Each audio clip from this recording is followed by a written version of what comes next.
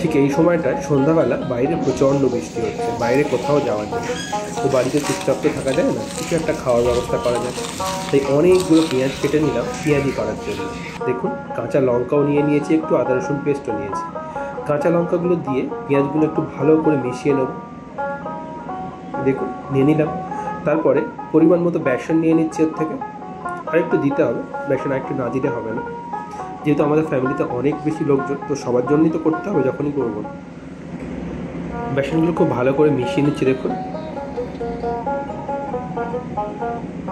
মেশানোর পর এর মধ্যে স্বাদ মতো আমি লবণ দিয়ে দেবো।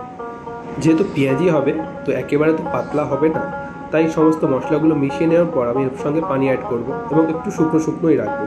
অল্প একটু হলুদও দিলাম আমি, কালারটা ঠিকঠাক আসার জন্য। দেখুন, খুব ভালো করে আমি মিশিয়ে নিয়েছি। অল্প একটু পানি এর মধ্যে দেবো এবার, দিয়ে আবার একটু ভালো করে মেশাবো এগুলো। আর মেশানোর পর যে আদা রসুন পেস্ট আমি নিয়েছিলাম সেটা এর সঙ্গে অ্যাড করে দেবো। এই দেখুন, একটু আদা রসুন পেস্ট ছিল, সেটা অ্যাড করে দিলাম। এবার ফ্রাই করার পালা। কড়াইতে দিয়ে দিলাম, দেখুন ফ্রাই হচ্ছে।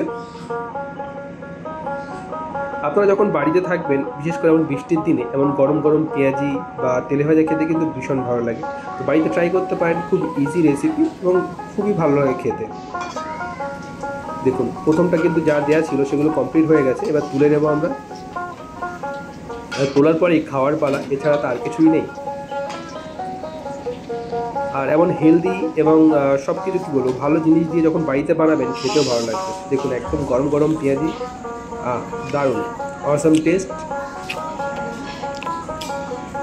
খুবই ভালো লাগে খেতে। আর স্পেশালি যখন নিজের হাতে আপনি বানিয়ে খাবেন তখন আরও বেশি ভালো লাগবে। তো যখন বাড়িতে থাকি, কিছু না কিছু খোরাফাতি তো করতেই থাকি। আপনারাও থাকুন সঙ্গে, দেখা হবে আবার।